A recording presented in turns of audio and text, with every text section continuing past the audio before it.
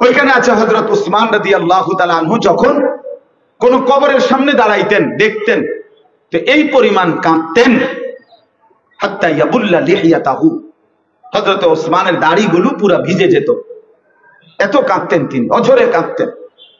তো আল্লাহের একজন বিখ্যাত সাহাবী, ইসলামের তৃতীয় খলিফা হযরত উসমান রাদিয়াল্লাহু তাআলা আনহু, আপনারা সবাই ওনার নাম জানেন।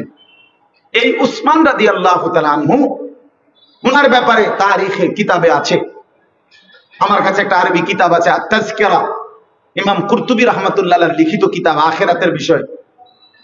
ওইখানে আছে হযরত উসমান রাদিয়াল্লাহু তাআলা আনহু যখন কোন কবরের সামনে দাঁড়াইতেন দেখতেন তো এই পরিমাণ কাঁদতেন হাত্তা ইয়াবুল্লা লিহিয়াতাহু, হযরত ওসমানের দাড়িগুলো পুরো ভিজে যেত, এত কাঁদতেন তিনি, অঝরে কাঁদতেন।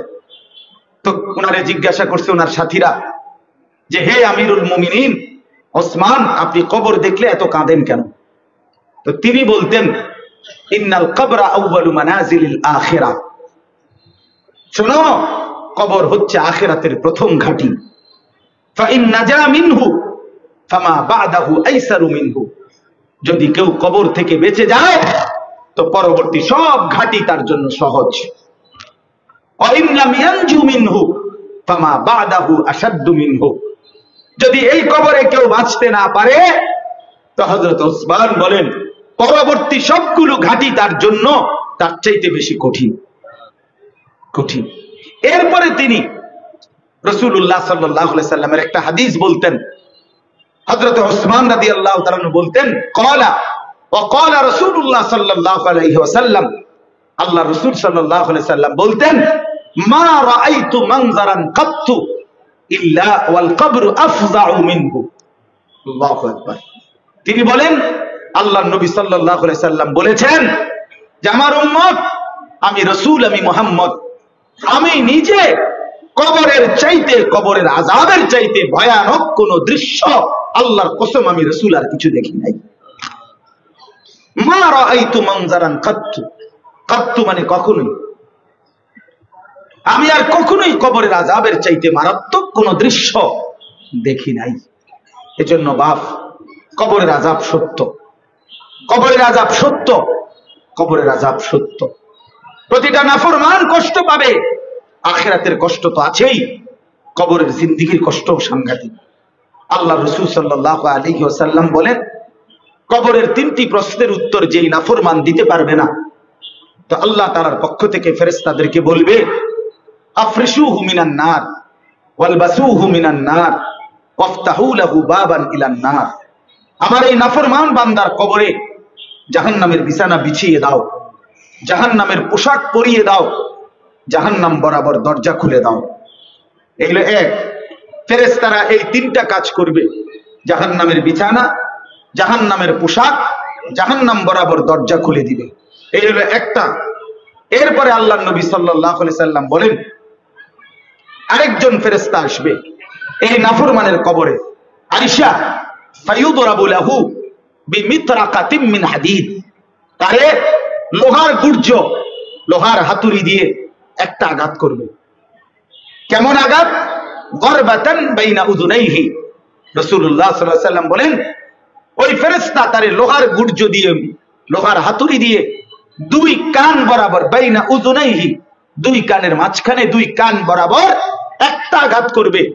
একটা আঘাতে ফায়াসিহু সাইহাতান, রাসূলুল্লাহ সাল্লাল্লাহু আলাইহি সাল্লাম বলেন ওই নাফরমান এত জোরে চিৎকার করবে ইয়াসমাউহা মান ইয়ালিহি ইল্লা সাকালাইন, মানুষ এবং জিন ব্যতীত আল্লাহর সমস্ত সৃষ্টি বেঈমানের চিৎকার শুনবে।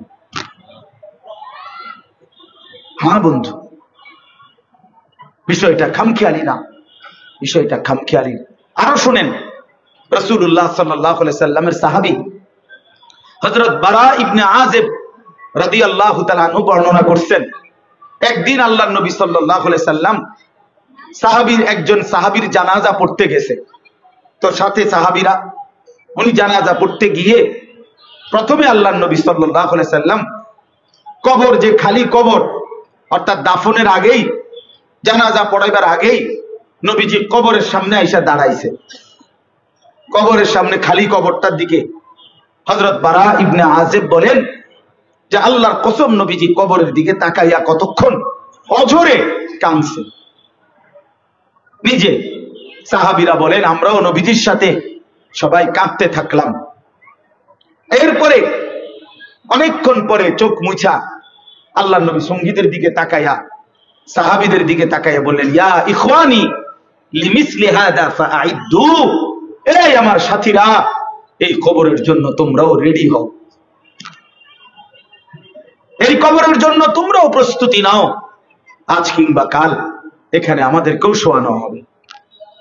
এভাবে আল্লাহ রাসূল সাল্লাল্লাহু আলাইহি ওয়াসাল্লাম কবর দেখে নিজে কাঁদছেন। রাসূলুল্লাহ সাল্লাল্লাহু আলাইহি ওয়াসাল্লাম 5 ওয়াক্ত নামাজের পরে কয়েকটি বিশেষ দোয়া করতেন। তার মধ্যে একটা দোয়া এটা, আল্লাহুম্মা ইন্নী আউযু বিকা মিন আযাবি জাহান্নাম ওয়া মিন আযাবিল কবর ওয়া মিন ফিতনাতিল কবর ওয়া মিন ফিতনাতিল মাসীহিদ দাজ্জাল ওয়া মিন ফিতনাতিল মাহইয়া ওয়াল মামাত। এটা নবীজির নিয়মিত দোয়া ছিল। 5 ওয়াক্ত নামাজের পরে নবীজি এই দোয়াটা অন্যান্য দোয়ার সাথে নিয়মিত পড়তেন। তাই এর মধ্যে কি বলতেন, আয় আল্লাহ, আমি আপনার কাছে জাহান্নামের আযাব থেকে পানাহ চাই, কবরের আযাব থেকে পানাহ চাই, কবরের মুসিবত থেকে পানাহ চাই, দাজ্জালের ফিতনা থেকে পানাহ চাই, জীবন মৃত্যুর মুসিবত থেকে পানাহ চাই। তো রাসূলুল্লাহ সাল্লাল্লাহু আলাইহি ওয়াসাল্লাম 5 ওয়াক্ত নামাজের পরে কবরের আযাব থেকে পানাহ চাইতেন। যার কোনো গুনাহ নাই, যিনি মাসুম, যেই রাসূল নিষ্পাপ, যিনি জান্নাতের উদ্বোধন করবেন, যিনি সুপারিশ করবেন, এত গুণ, এত মর্যাদা, এত বৈশিষ্ট্য যার আখিরাতে আল্লাহ দান করছেন, সেই রাসূল নিয়মিত বলতেন, আল্লাহ কবরের আযাব থেকে পানাহ চাই। তো ভাইয়া আপনি কে, আমি কে? আপনার কি হালাত, আমার কি হালাত, কি হালাত?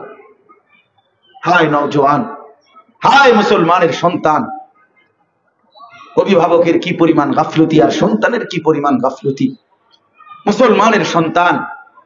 মুসলমানের সন্তান বছরের পর বছর, দিনের পর দিন, খোদার 365 দিনে 14 বছরের, 16 বছরের, 18 বছরের ছেলেটা মেয়েটা মুসলমানের ঘরে ঘুমায়, অথচ খোদার 365 দিনে এক বছরে কোনোদিন একদিনও ফজরের নামাজ পড়ে না। এত বড় জানোয়ার মুসলমানের ঘরে কেমনে ঘুমায়? তার বাবা কে, তার মা কে? ওই ঘর মুসলমানের ঘর হয় কেমনে? হায় আফসোস। এই জানোয়ার রে পালতেছে কে? এটা জানোয়ার, আমি বললাম এটা জানোয়ার। যার কপালে সেজদা নাই, এটা মানুষের বাচ্চা না, এটা হাইওয়ান, এটা চতুষ্পদ জন্তু। যার কপালে সেজদা নাই, এটা শয়তান। আল্লাহ কোরআনে বলছে, ইবলিস সেজদা দিলি না, আজকের থেকে তুই শয়তান। ইবলিস এর আগে কি শয়তান ছিল তার নাম? তো আল্লাহ বলছে, আজকের থেকে সেজদা দিলি না, তুই হলি রাজিম, ফখরুজ ফাইন্নাকা রাজিম, ফাইন্নাকা রাজিম। আল্লাহ বলছে, ইবলিস আজকের থেকে তুই রাজিম, অভিশপ্ত। যার কপালে সেজদা নাই তুমি শয়তান, যার কপালে সেজদা নাই তুমি রাজিম, অভিশপ্ত। আল্লাহ কোরআনে বলছে, ওয়া ইন্না আলাইকাল লানাতা ইলা ইয়াউমিদ্দিন।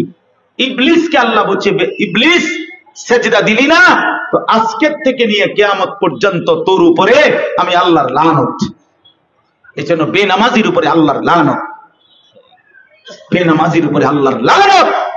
আরে মিয়া, দুনিয়া ভাত খাওয়া আর বিল্ডিং করা, দালান করা, আর বিয়া করা, বউ বাচ্চা হওয়া আর পেশাব পায়খানা করা আর যৌন চাহিদা পূরণ করা, এটা আহামরি কিচ্ছু না। এটা আল্লাহ তাআলা জন্তু জানোয়ারেরও পূরণ করে। কুকুর বিড়ালও খায়, গরু ছাগলও খায়, এরাও ঘুমায়, এরাও পেশাব পায়খানা করে, এদেরও বাচ্চা কাচ্চা যৌন চাহিদা পূরণ হয়। নাহলে গরু ছাগলের বাচ্চা হয় কেমনে? কথা বলেন না কেন? তাহলে এটা খুব আহামরি কিছু। কুলু ওয়া তামাত্তাউ কালিলান ইন্নাকুম মুজরিমুন। আল্লাহ তাআলা বলে, নাফরমান বান্দা, খাও, ভোগ করো কিছুক্ষণের দুনিয়া, তবে শুধু মনে রেখো, ইন্নাকুম মুজরিমুন, তুমি কিন্তু পাপী। নাস্তা খাও, অসুবিধা নাই, শুধু মনে রাখবি বেঈমান, ফজরের নামাজ পড়ো নাই। রাতের খানা খা বেঈমান, কোন অসুবিধা নাই, শুধু মনে রাখবি নাফরমান, এশার নামাজ পড়স নাই। ঠিক আছে ভাত খা, ভাত আমি জানোয়াররাও খাওয়াই, খানা খা, কুলু ওয়া তামাত্তাউ, খা বেঈমান। বিল্ডিং করছো কোনো অসুবিধা নাই, ঘুমাইতে লাগছো যা বেঈমান ঘুমা, শুধু মনে রাখিস কিস্তির টাকা, লোনের টাকা, সুদের টাকা, ঘুষের টাকা, 3 নম্বরই 6 নম্বরই টাকা ওজনের কম দিয়া, ধোকা দিয়া, বাটপারি কইরা, মানুষকে ঠকাইয়া, জোর জুলুম করে, অন্যায় ভাবে কামাই করা টাকা, শুধু এই কথা মনে রাখো। এখন ঘুমাও, এখন ঘুমাও, চিরেই তুমি কবরে আসবা, তখন দেখবা আল্লাহ রাসূল সাল্লাল্লাহু আলাইহি সাল্লাম বলেন, ফেরেশতা যখন চলে যাবে এই জাহান্নামের পোশাক বিছানা বিছিয়ে, তো কবর প্রথম মিনিটেই নাফরমান পাপীকে একটা চাপ দিবে, ডান পাশের মাটি বাম দিকে চলে আসবে, বাম দিকের মাটি ডান দিকে চলে আসবে। আরে বন্ধু, আল্লাহ রাসূল সাল্লাল্লাহু আলাইহি সাল্লাম বলছে, ডান পাশের হাড্ডি পাঁজর ভাঙ্গা বাম দিকে ঢুকে যাবে, বাম দিকের হাড্ডি পাঁজর ভাঙ্গা ডান পাশে ঢুকে যাবে, হাত্তা তাখতালিফা আদলাউহু। এই যে দেখেন, আল্লাহ রাসূল বলছেন যে এইভাবে 2 আঙ্গুল এই যে যেভাবে ঢুকে গেছে একটা আরেকটার সাথে, দুই পাশের পাড্ডি, হাজরের হাড্ডি ডান পাশের বাম পাশের এইভাবে একটা আরেকটার সাথে ঢুকে যাবে। কবরের প্রথম মিনিট। চালাও দোস্ত মোবাইল, দেখো সারা রাত উলঙ্গ ছবি দেখো, নর্তকীর নাচ দেখো, জিনার ব্যভিচারের আড্ডা দেখো, উলঙ্গ ছবি দেখো, দেখো। হায় মুসলমান, হায় মুসলমান, হুজুর গাড়ি নিয়া, আলেম ওলামার নিয়ে বিল্ডিং দেখায়, বিল্ডিং বিল্ডিং। হুজুর দোয়া করেন, ছাদ ডালাই, ছাদ ডালাই, দোয়া করেন হুজুর গাড়িটা কিনছি, হুজুর দোয়া করে দেন, মোটরসাইকেল কিনছি, দোয়া করে দেন, দোয়া করে দেন। হ্যাঁ হুজুর সোফা কিনতে আছি, দোয়া করে, এই দোকানটা লইছি, দোয়া করে দেন। দোকানের জন্য দোয়া, বিল্ডিং এর জন্য দোয়া, ছাদ ডালাইয়ের জন্য দোয়া, মোটরসাইকেলের জন্য দোয়া। অথচ সন্তান এক ওয়াক্ত নামাজ পড়ে না, মেয়েটা কোনোদিন পর্দা করে না, স্ত্রী কোনোদিন পর্দা করে না। খোদার 20টা বছর প্রতিদিন ঘরে নাফরমানের, প্রতিদিন রঙিন টেলিভিশনে বউ বাচ্চা, নাচ গান, নর্তকীর ছবি, জিনা ব্যভিচারের দৃশ্য টেলিভিশনে প্রতিদিন দেখতেছে। হায় মুসলমান, এই নাফরমানদেরকে নাফরমানি থেকে ফেরাবার জন্য দোয়া চাইবেন না? খাটে না মজবুত, বিল্ডিং এ না মজবুত, ইট বালু তো শক্ত হলো। সন্তানের এই হালাত, সন্তানের এই হালাত। আমার হুজুর একবার একজনে দাওয়াত দিয়া নিছে, নিয়া দেখাইছে, আমার ঘরের বর্ষিয়ারে বেটা বিদেশ থেকে আসছে, বলতেছে টেলিভিশন দেখাইয়া বলতেছে এত বড় একটা, এটা আটকানো, মানে খুলে নাই প্যাকেট। হুজুর প্রায় 1,10,000 টাকা খরচ গেছে এটা কিনতে, দোয়া করেন। কেমন ডাকাত, এটার জন্য দোয়া। আমিও দোয়া করছি, আমি বললাম ভাই দোয়া করি আপনার ঘরে যেন 24 ঘন্টা 1 মিনিটের জন্য কারেন্ট না যায়। আরো দোয়া করি আপনার বউ বাচ্চা যেন 24 ঘন্টা টেলিভিশনে যেন নাচ গান দেখে, আপনাদের ঘরে যেন 24 ঘন্টা গান বাদ্য চলে। দোয়া করলাম। এরপরে হে আমারে বলতে, হুজুর বেশি রাগ হয়ে গেছেন নাকি? মানে দোয়া যে ডকে তো বুঝছে, দোয়ার ডকে যে দোয়াটা কোন ধরনের দোয়া। কি আশ্চর্য মানুষ, মানে আসবাবের জন্য দোয়া চায়, দুনিয়ার এই সামানার জন্য। ছেলেটার হালাত কি, মেয়েটার হালাত কি, ছেলেটার হালাত কি, বিবির হালাত কি। আরে যার স্ত্রী বেপর্দা, এই বন্ধু আমি বললাম, যার বউ বেপর্দা, তুমি বেগায়রত, আত্মমর্যাদাহীন, আত্মসম্মানহীন, আত্মসম্মানহীন, বেগায়রত, বেগায়রত, বেগায়রত। যার মেয়ে বেপর্দা, তোর বেটা কোনো আত্মসম্মান বলতে কিছু নাই। আমি চ্যালেঞ্জ করলাম, প্রতিবাদ করলে আমি শুনতে রাজি আছি, আমি আসুন। আমি এদেশের ছেলে, কুমিল্লা শহরে বড় হওয়া ছেলে আমি। তুমি প্রমাণ করো, যার স্ত্রী সন্তান বেপর্দা, সে বেগায়রত, আত্মসম্মান কম, তার লজ্জাবোধ কম, হায়া কম, তার গায়রত কম।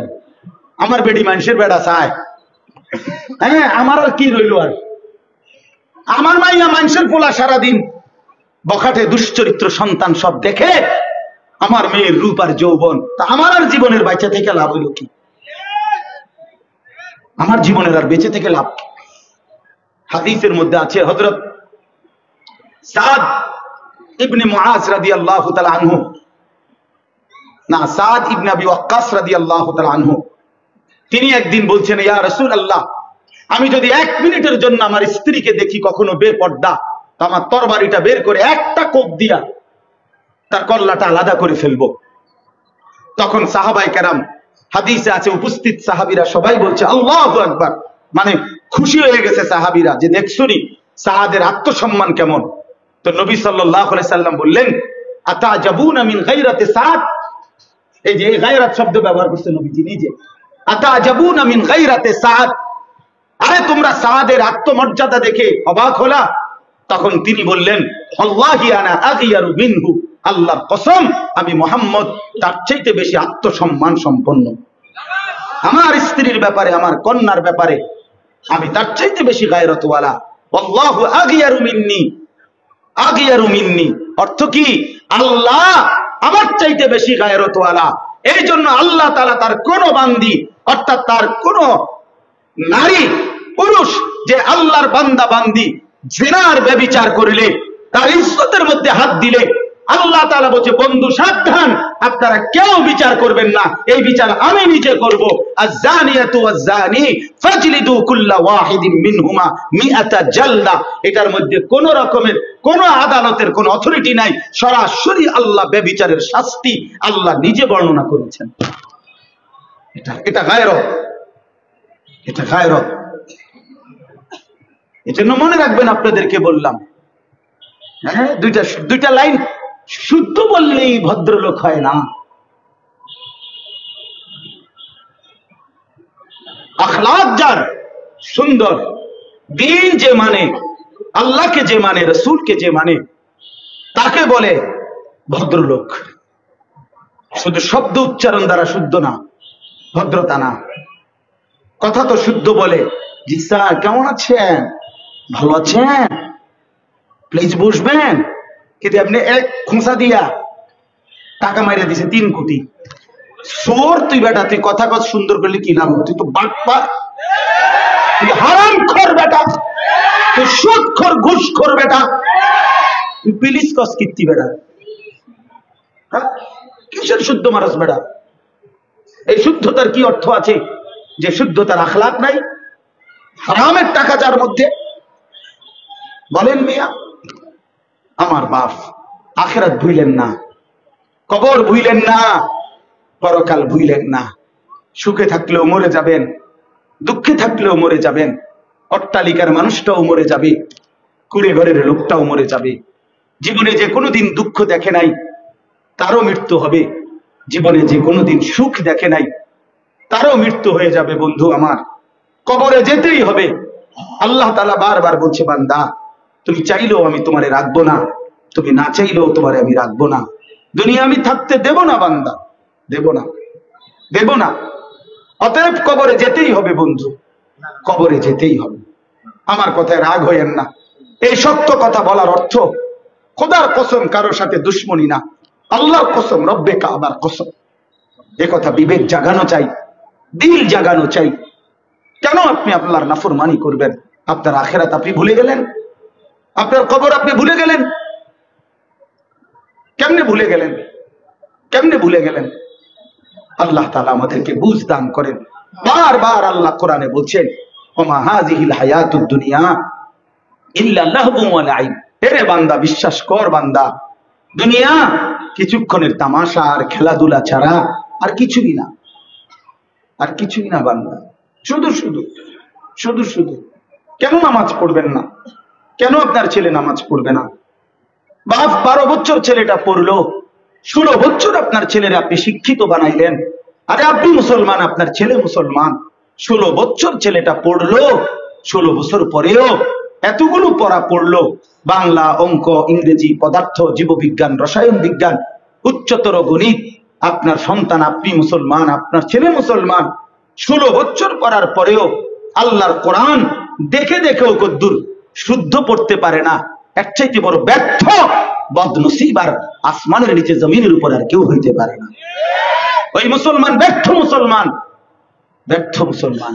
মনে রাখেন, আমি বললাম দুনিয়া এমনিই মিলে যায়, এই এতগুলো পড়া পড়েও যারা দুনিয়া ভোগ করে, অনেক মূর্খ বকরম, নাম দস্তখত করতে জানে না, টিপসই দেয়, ওরাও সমান দুনিয়া ভোগ করে। মূর্খ মানুষও বাড়ি গাড়ি নারী বিয়া শাদী নেতাগিরি মাতব্বরি, হ্যাঁ দামি কোটি টাকার গাড়ি টাইলসওয়ালা বাড়ি সব ভোগ করে।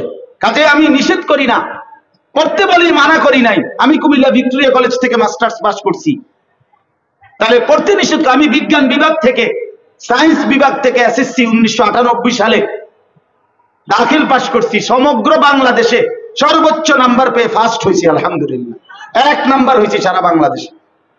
আপনার সার্টিফিকেট দেখলে আইসের ওই ময়নামতি সাবের বাজার, গরু বাজারের পাশে মাদ্রাসা, ওই সার্টিফিকেট দেখাম। তাহলে এটার অর্থ এটা না বাংলা পড়তে বলি, মানা করি নাই। জেনারেল পড়া পড়েন বন্ধু, কোনো সমস্যা নাই। আল্লাহকে ভুলে গেলেন কেন? ওই বাপ নামাজ ভুলে গেল কেন? আপনার ছেলে আল্লাহর কোরআন পড়তে পারে না কেন? আল্লাহ তাআলা কোরআনুল কারীমের মধ্যে একটা, হুজুর আমার সবচেয়ে বেশি কোরআন শরীফে যে কয়েকটা আয়াত আমার কলিজা ছিঁড়া ফেলে, এর মধ্যে একটা আয়াত হলো ফাবিআইয়ি হাদিসিন বাদাহু ইউমিনুন। আল্লাহ তাআলা কোরআনে বলছে, বান্দা 23টা বছরে আমি 30 পারা কোরআন নাজিল করলাম, এত ভাবে বললাম, এত দামি কথা, আমার সর্বশ্রেষ্ঠ কথা আমি আল্লাহ। এরপরে ফাবিআইয়ি হাদিস, আল্লাহ বলে বান্দা এরপরে আমি কেমনে বললে আর কোন কথা বললে তুই আমার কথা মেনে নিতি বান্দা? ফাবিআইয়ি হাদিস বলেন বন্ধু, বলেন। আকিমুস সালাহ, আকিমুস সালাহ, আকিমুস সালাহ। একজন মহান মালিক আল্লাহ, তিনি 80 বারের চাইতে বেশি এই কথাইটা বলছে, বান্দা নামাজ পড়ো, নামাজ পড়ো, নামাজ পড়ো। এই বেনামাজি সন্তান, আর কতবার তোর মালিক বললে তুই সেজদা দিতি বাপ? আর কতবার বললি? আর কতবার বলতো মালিক? ইয়া আইয়ুহাল্লাযীনা আমানু, হে ঈমানদারগণ, হে মুমিনগণ। এই কথাটা কোরআনুল কারীমের মধ্যে 89 বার আছে। 8 9 89, 89 বার আল্লাহ ডাক দিয়েছে, বান্দা তোরে আমি মুমিন হিসাবে গ্রহণ করলাম, তোর ঈমান আমি মাওলা নিলাম, তুই আমার বান্দা, তুই আমার, তুই আমার বান্দা, তুই আমার। অন্যদের মতো বান্দা ভুল করো না। ইত্তাকুল্লাহ, ইত্তাকুল্লাহ, ইত্তাকুল্লাহ, ইত্তাকুল্লাহ।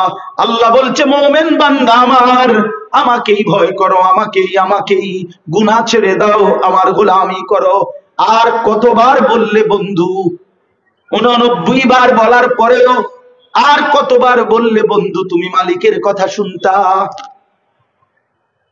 ইয়া আইয়ুহাল ইনসানু মা গাররাকা বিরাব্বিকাল কারীম।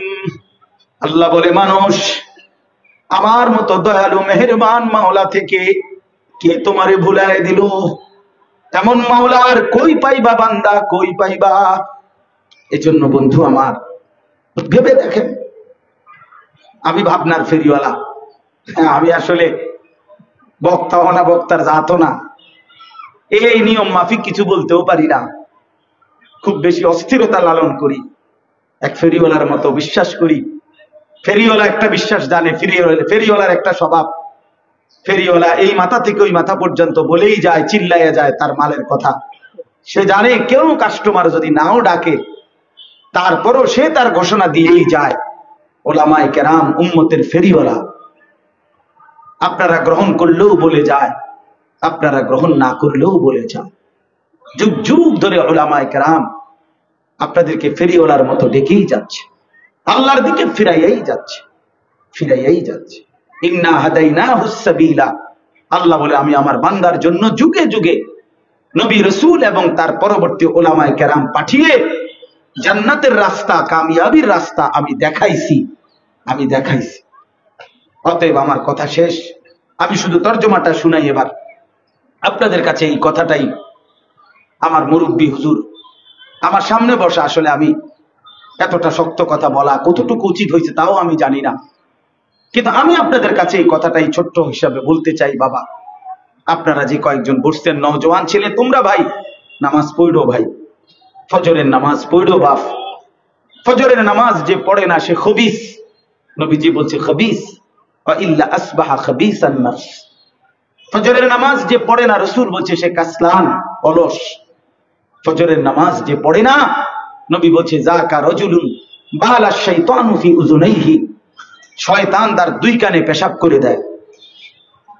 রাসূলুল্লাহ সাল্লাল্লাহু আলাইহি সাল্লাম বলেন ফজরের 2 রাকাত সুন্নত নামাজ, এটা দুনিয়া এবং দুনিয়ার মধ্যে যা কিছু আছে তার চাইতে কোটি গুণে উত্তম।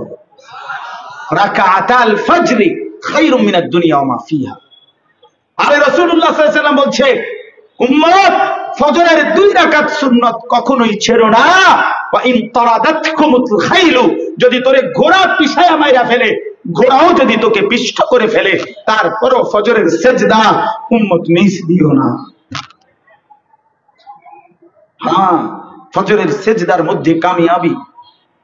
ইন্না কুরআনাল ফজরি কানা মাশহুদা, আল্লাহ বলে ফজরের নামাজে আমার কোটি কোটি ফেরেশতা ইনসান সব একসাথে একত্রিত হয় ফজরের নামাজে। এজন্য নিয়ত করি আমরা ইনশাআল্লাহ, পাক্কা নিয়ত ইনশাআল্লাহ। আল্লাহ তৌফিক দান করেন। আল্লাহকে ভয় করেন, আখিরাতকে ভয় করেন। আল্লাহকে না দেখেই ভয় করতে আল্লাহ বলছে মান খাশিয়ার রহমানা বিল গায়ব ইন্নাল্লাযীনা ইয়াখশাউনা রাব্বাহুম বিল গায়ব।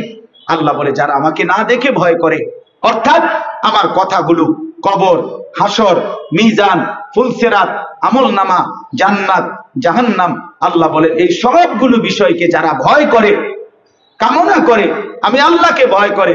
তো একটা কথা সহজ, যে আল্লাহকে ভয় করে তার অর্থই হলো সে গুনাহ করে না। যে গুনাহ করে না সেই আল্লাহকে ভয় করে, যে আল্লাহকে ভয় করে সে গুনাহ বর্জন করে। এই জন্য আল্লাহ বলেন নিশ্চয়ই যারা না দেখে আল্লাহকে ভয় করে, তার মানে নিশ্চয়ই যারা না দেখেই আখিরাতকে বিশ্বাস করে, কবর, হাসর, আখিরাতকে ভয় করে, গুনাহ থেকে মুক্ত থাকে, আল্লাহ বলেন লাহুম মাগফিরাতুম ওয়া আজরুন কাবীর, আমি আল্লাহ ওয়াদা দিলাম তাদের পিছনের সব গুনাহ মাফ করে দেব এবং শ্রেষ্ঠতম বিনিময় জান্নাত দিয়ে দেব। এজন্য বন্ধু আমার, আল্লাহকে ভয় করেন, গুনাহ ছেড়ে দেন, গুনাহ ছেড়ে দেন, গুনাহ ছেড়ে দেন, গুনাহ ছেড়ে দেন।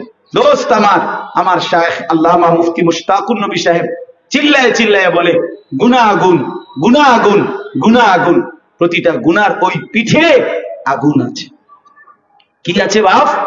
হ্যাঁ, নারীর ওই দৃশ্যে, ভিন নারীর ওই দৃশ্যে আগুন জ্বলে। সিনেমার ওই নর্তকীর গায়ে আগুন জ্বলে, আগুন জ্বলে। মদের আড্ডায় আগুন জ্বলে, জুয়ার আড্ডায় আগুন জ্বলে, প্রতিটা ঘুষের টাকায় আগুন জ্বলে, প্রতিটা সুদের টাকায় আগুন জ্বলে। কি জ্বলে? যুবক, আগুন লাগবে তো শরীর, আগুন লাগবে। এজন্য দয়া করে আমরা গুনাহ ছেড়ে দেই, আল্লাহকে ভয় করি। বলেন ইনশাআল্লাহ। ওয়া আসিররু কাওলাকুম আবিজহারু বিহি ইন্নাহু আলিমুম বিযাতিস সুদূর। দ্বিতীয় আয়াত আল্লাহ তাআলা বলে বান্দা তোমাদের 3টা হালাত, একটা হলো তোমরা কখনো জোরে কথা বলো, একটা হলো তোমরা কখনো আস্তে কথা বলো গোপনে গোপনে, আর তোমরা কখনো অন্তরের মধ্যে বহু কিছুর জল্পনা কল্পনা করো। আল্লাহ বলে মনে রাখো বান্দা, তুমি যদি জোরে বলো তাও আমি শুনি, আস্তে বলো তাও আমি শুনি, মনের ভিতরে যেই জল্পনা কল্পনা তাও আমি শুনি, জানি। ইন্নাহু আলিমুন, আমি সব জানি, কাজে আমারে আড়াল করতে পারবেন না। পারবেন? নওজোয়ান ছেলেরা মনে করে ইয়ারফোন লাগাই দিলে খালাস। এই যে বুঝেন না, কানের মধ্যে 2টা বল্টু লাগাইছে, ইয়ারফোন লাগাইছে, সব শেষ। জি, এতে আল্লাহ তাআলা এটা বলেন বান্দা আমি শুনি। সর্বশেষ কথা হলো আলা ইয়ালামু মান খালাক ওয়া হুয়াল লতীফুল খবীর। আল্লাহ তাআলা বলে বান্দা যে সৃষ্টি করেছে তিনি জানবে না, এটা কেমনে ভাবলা? বলেন, এটা আসলেই কি ভাবার কথা? অতএব আল্লাহ তাআলা বলেন ওয়া হুয়াল লতীফুল খবীর, তিনি সূক্ষ্ম থেকে সূক্ষ্ম বিষয় জানেন, সব বিষয়ের খবর রাখেন। অতএব আল্লাহকে ফাঁকি দেওয়া যায় না, আল্লাহর আড়াল হওয়া যায় না। অতএব এটাই নিরাপদ, গুনাহ ছেড়ে দাও। কি ছেড়ে দেওয়া? বলেন। আল্লাহ তাআলা আমাদেরকে তৌফিক দান করেন। আমার বাপ হুজুর চলে আসতেছেন, আমাদের উজানির হুজুর দামাত বারাকাতুহুম। আমি আপনাদের কাছে হুজুর আসতে আসতে 2টা মিনিট আমি আপনাদের কাছে একটা ছোট্ট অনুরোধ করি। আমাদের এই মাদ্রাসা এটা প্রথম মাহফিল আপনারা জানেন, নতুন করে নতুন উদ্যমে এই বাবুস সালাম জামিয়া জমিরিয়া মাদ্রাসা চালু করা হয়েছে। ইনশাআল্লাহ ইখলাস ও তাকওয়ার বরকতে ইনশাআল্লাহ এটাও আগামী দিনে বাংলাদেশের একটি প্রসিদ্ধ জামিয়া হবে ইনশাআল্লাহ।